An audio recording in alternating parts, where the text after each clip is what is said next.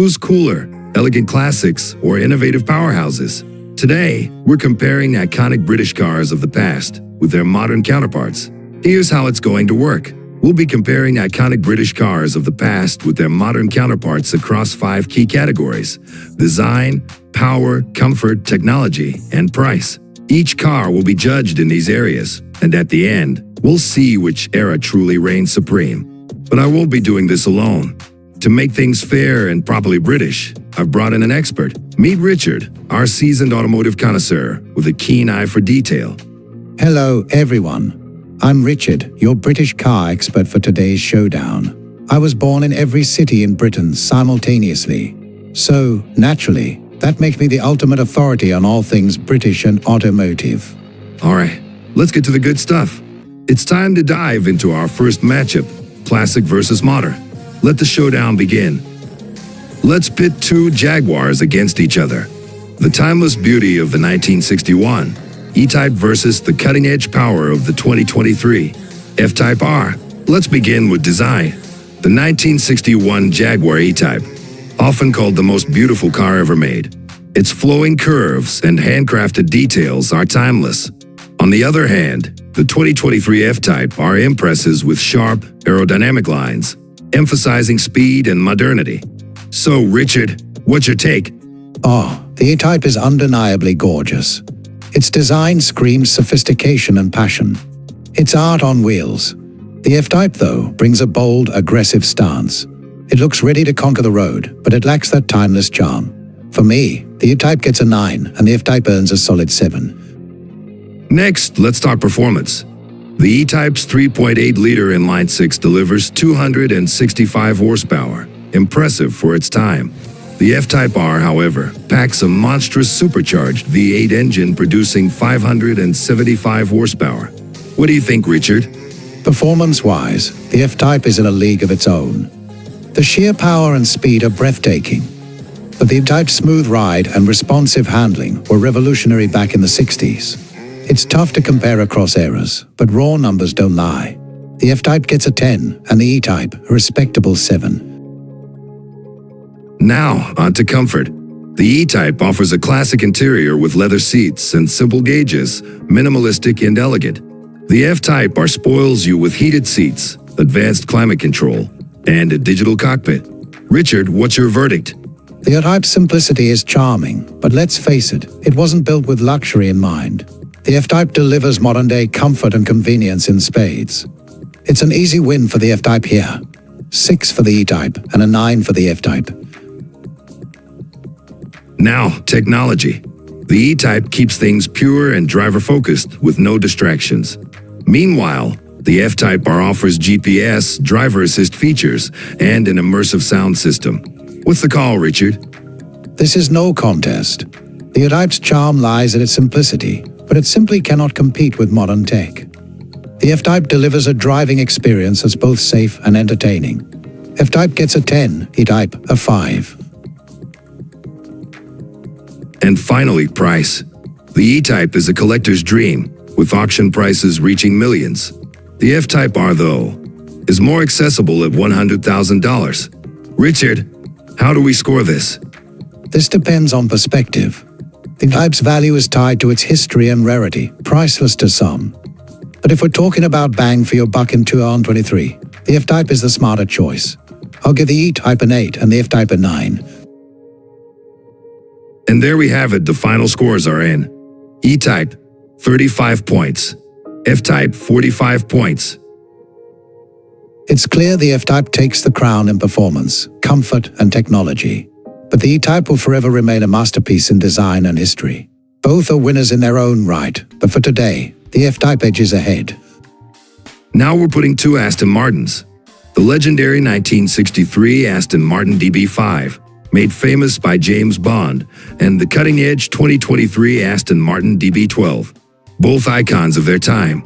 But which one takes the crown? First up, design. The DB5 is the epitome of elegance. Sleek chrome accents, classic wire-spoke wheels, and curves that ooze sophistication. Meanwhile, the DB12 embraces modern aggression, sharp lines, an aggressive grille, and a more muscular stance. Richard, what's your take? The DB5 is just pure class. It's a gentleman's car, refined, timeless, effortlessly cool. The DB12. No doubt it looks powerful, but it lacks that iconic charm. If you ask me, the DB5 gets a perfect 10. The DB12, still a looker, but I'll give it an 8. Now performance.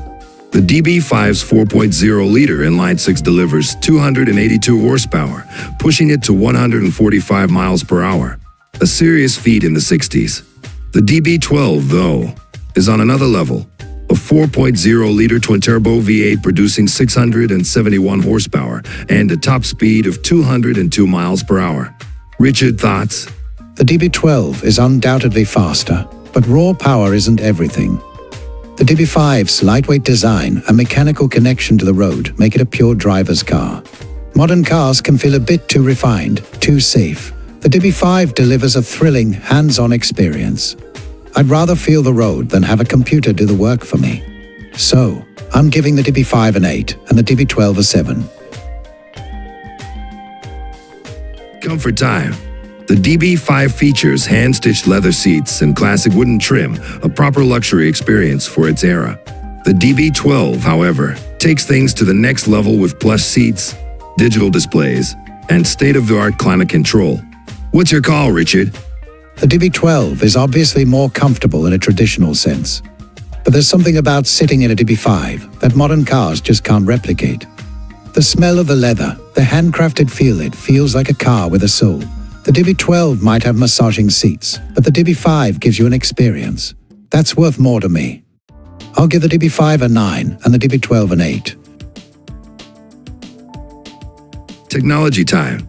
The DB5 keeps things pure, no screens, no driver assists, just you and the road.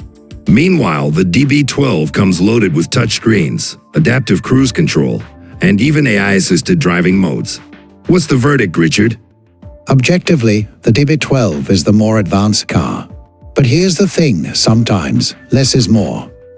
In the DB5, you're not distracted by screens or a million driving modes. It's just you, the car, and the open road. It's raw, it's pure, and for that, I'm giving it a 7. The DB12, a respectable 9. And finally, price. The DB5 is now a rare collector's item, often selling for over $2 million at auctions. Meanwhile, the DB12, brand new, starts at around $245,000. Richard, how do we score this? This depends on how you look at it. If we're talking affordability, the DB12 is clearly the better deal. But if we're talking long-term value, the DB5 only goes up in price. It's a piece of history that keeps appreciating, making it the smarter investment. I'll give the DB5 a 10 and the DB12 a 7. And there we have it, the final scores are in. DB5, 44 points. DB12, 42 points. The DB12 is an absolute beast, powerful, comfortable, and packed with cutting-edge technology. But the DB5, it's something more. It's elegance, heritage, and pure driving pleasure in its most authentic form. Today, the legend takes the crown.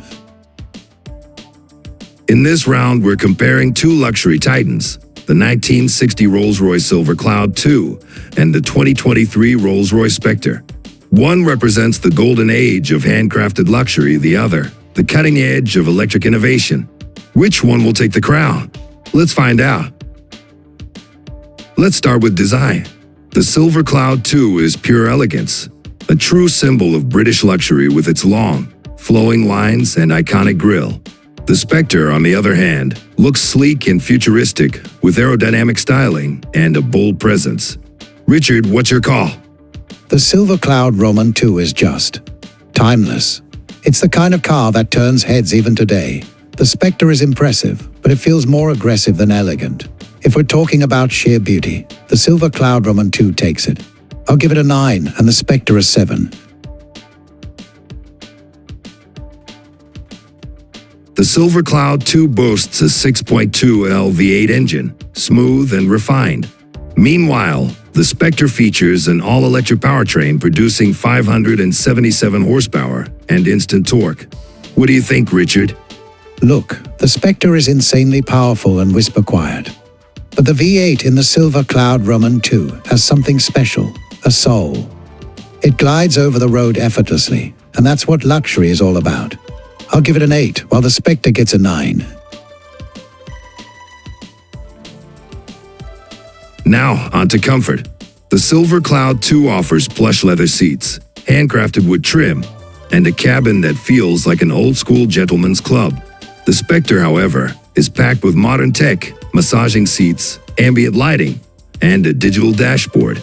Richard, what's your take? This is tough. The Spectre is insanely comfortable, but the Silver Cloud Roman 2 gives you that royal feeling. It's like being chauffeured in a palace on wheels. I'll give it a 10, while the Spectre gets an 8.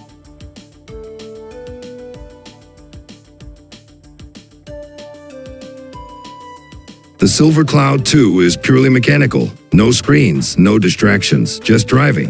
The Spectre, however, is loaded with cutting-edge tech, self-driving capabilities, a state-of-the-art sound system, and AI-assisted features. Richard. This one's easy. The Spectre is a technological marvel, while the Silver Cloud Roman 2 is from a different era. But simplicity has its charm. Still, Spectre takes this round. Silver Cloud Roman 2 gets a 6, and the Spectre a 10. The Silver Cloud 2, as a classic collectible, sells for around $150,000 today, depending on condition. The Spectre, being brand new, costs a whopping $420,000. Richard, does price affect value? It does. The Spectre is packed with innovation, but the Silver Cloud Roman 2 holds its value and prestige over time. In 50 years, which one will still be admired? My bet is on the classic. Silver Cloud Roman 2 gets a 9, Spectre an 8. And the final scores are in. Silver Cloud 2, 42 points. Spectre, 42 points. We've compared design, technology, comfort, and price.